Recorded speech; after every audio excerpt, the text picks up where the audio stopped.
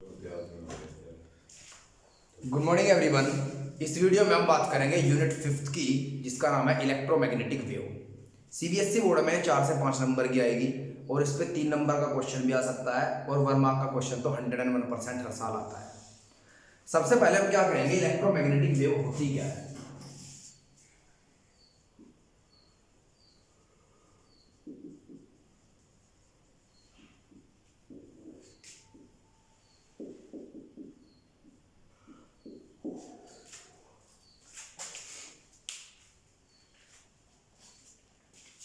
Electromagnetic waves को समझने के लिए सिर्फ आपको यह समझना पड़ेगा कि इसके अंदर एक इलेक्ट्रिक वेक्टर होता है और एक मैग्नेटिक फील्ड वेक्टर।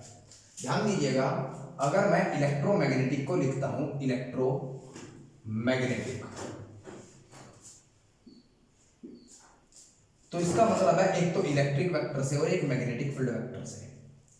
दोनों वेक्टर एक दूसरे को पैदा करते हैं। इलेक्ट्रिक फील्ड मैग्नेटिक फील्ड को पैदा करता है और मैग्नेटिक फील्ड इलेक्ट्रिक फील्ड को पैदा करता है, क्योंकि हम लोग म्यूचुअल इंडक्शन भी पढ़ चुके हैं, हम मैग्नेटिक फ्लक्स और इलेक्ट्रिक फ्लक्स भी पढ़ चुके हैं। हम ये भी पढ़ चुके हैं कि इलेक्ट्रिक फ्लक्स के चेंज के कारण डिस्प्लेसमेंट करंट पैदा हुआ था और मैग्नेटिक फ्लक्स के चेंज के कारण एडी करंट पैदा हुआ था। तो मतलब एक दूसरे के कारण पैदा करते हैं करंट को, जिससे इलेक्ट्रिक चार्ज की ऑसिलेशन बढ़ती है और इलेक्ट्रोमैग्नेटिक वेव पैदा हो जाती है।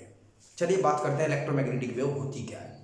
These are those wave in which electric vector is perpendicular to the magnetic field vector and also to the direction of propagation.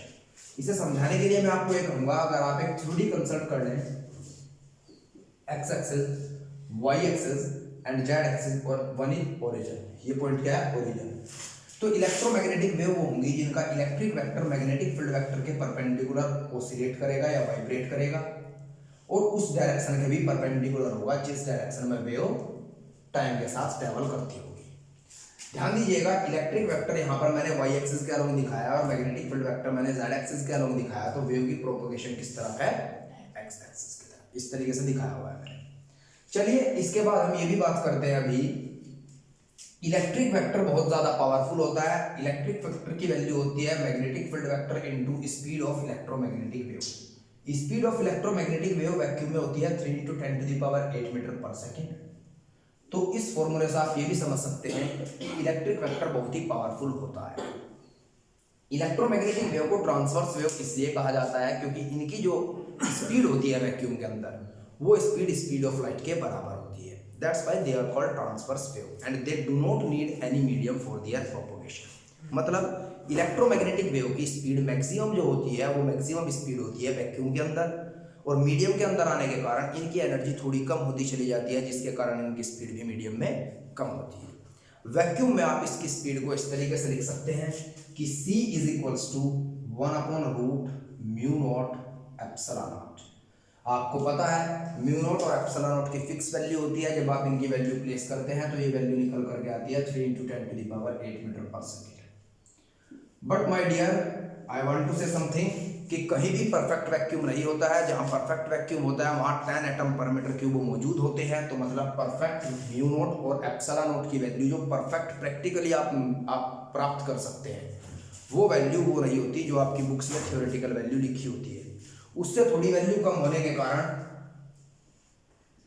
जो 1/ε0 और 1/μ0 की वैल्यू से थोड़ी सी कम आएगी, जिसके कारण क्या होगी, आपको एक प्रैक्टिकल रीडिंग मिलेगी स्पीड ऑफ लाइट की। जहां परफेक्ट वैक्यूम ना हो, वैक्यूम हो, वहां पर 2.93 × 10⁸ मीटर पर सेकेंड, मतलब 2,93,000 किलोमीटर पर सेकेंड के आसपास। खैर इसके बाद बात करते हैं, अगर कहीं मीडियम होता है तो स्पीड ऑफ इलेक्ट्रोमैग्नेटिक वेव होती क्या है।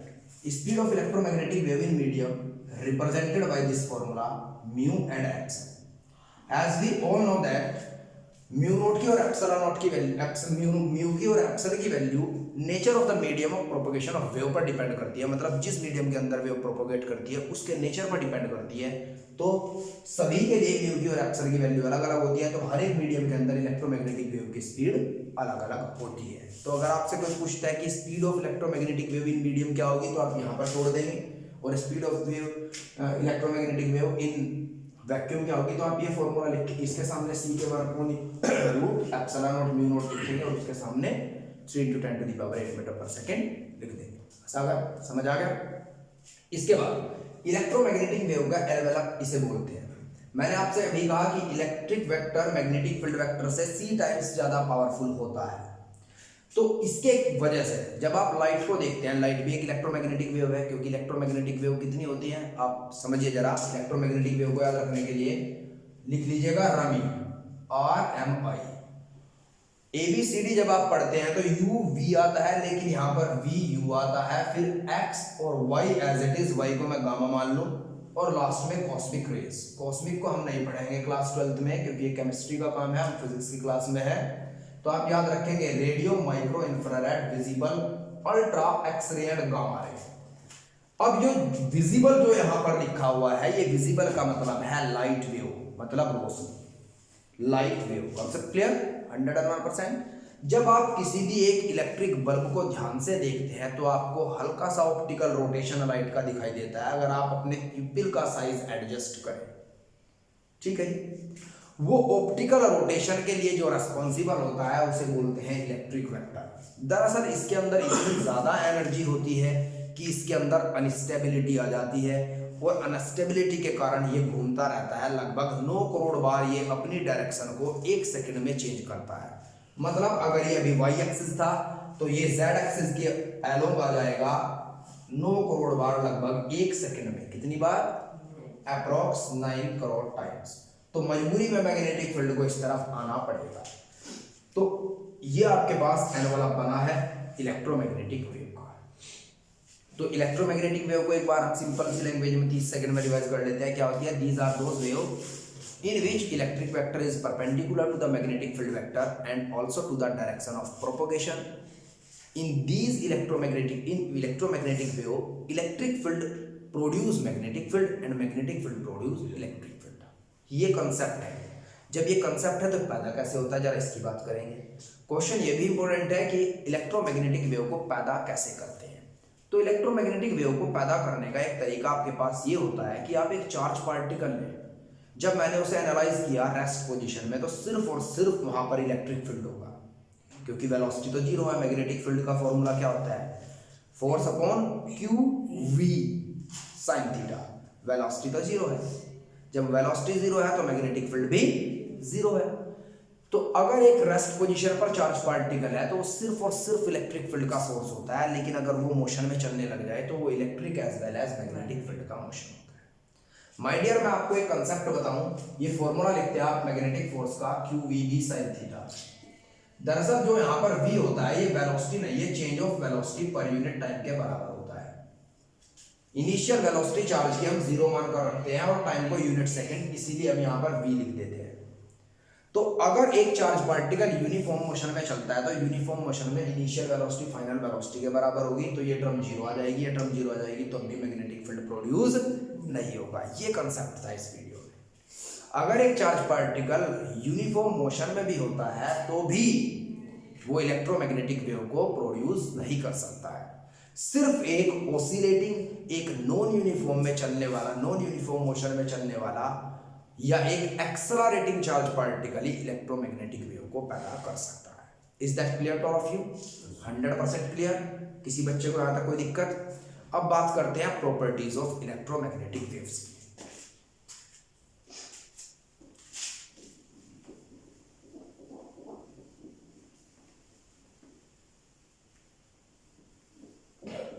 अगर हम प्रॉपर्टीज की बात करें इलेक्ट्रोमैग्नेटिक वेव्स की, तो आप 3 प्रॉपर्टी मेन याद रखेंगे।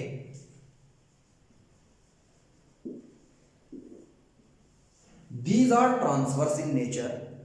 They do not need any medium for their propagation, and their speed in vacuum is 1 upon mu naught epsilon naught root, that is equal to 3 into 10 to the power 8 metre per second. Concept clear? मतलब speed of light vacuum के अंदर कितनी होती है? 3 into 10 to the power 8 metre per second. They are transverse in nature, so they do not need any medium for their propagation. First property थी। Second property, जो electric vector होगा और magnetic field vector होगा, उन दोनों का cross product give the direction of propagation of wave. Propagation of wave, wave की propagation मतलब वेव किस तरफ चली है उसके बारे में E क्रॉस B इंफॉर्मेशन देगा। फॉर एग्जांपल आपसे कह दिया गया कि E की वैल्यू 2I है और मैग्नेटिक फील्ड की वैल्यू 2J है, तो याद रखें आप I क्रॉस J, क्योंकि E क्रॉस B है तो I क्रॉस J किसके बराबर होता है K, तो wave propagate along plus Z axis. ये answer. Is that clear to all of you? 101%। चलिए इसके बाद थर्ड प्रॉपर्टी में हम लिखेंगे कि इसके अंदर इलेक्ट्रिक वेक्टर हमेशा मैग्नेटिक फील्ड वेक्टर के परपेंडिकुलर होता है, also to the direction of propagation, और प्रोपोगेशन पे भी परपेंडिकुलर होता है। यहां तक किसी बच्चे को कोई दिक्कत? ये तीन इसकी मेन प्रॉपर्टीज हैं इलेक्ट्रोमैग्नेटिक वेव की। इनकी एनर्जी बहुत ही अधिक होती है, इनकी एनर्जी लॉन्गिट्यूडनल वेव से बहुत ज्यादा होती है। लॉन्गिट्यूडनल वेव होती है जिनका एग्जांपल होता है साउंड, ठीक है जी।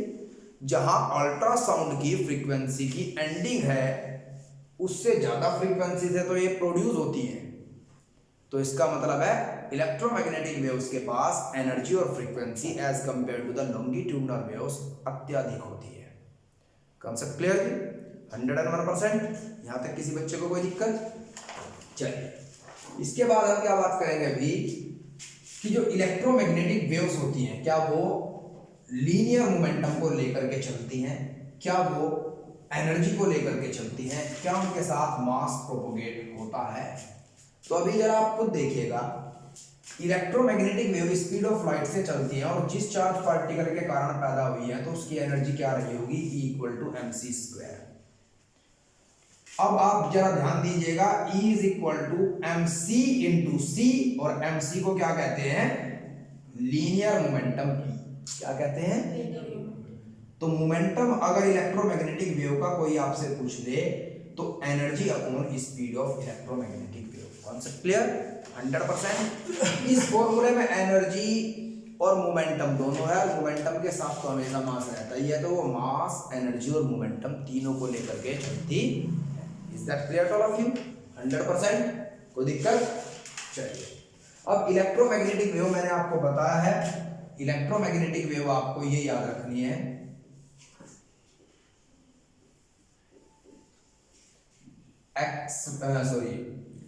Radio wave, microwave, infrared wave, visible, ultra, X ray, gamma ray. Sir इनका एक परफेक्ट ऑर्डर है जी, ये बिल्कुल परफेक्ट ऑर्डर है। Increasing order of frequency up to down and decreasing order of wavelength.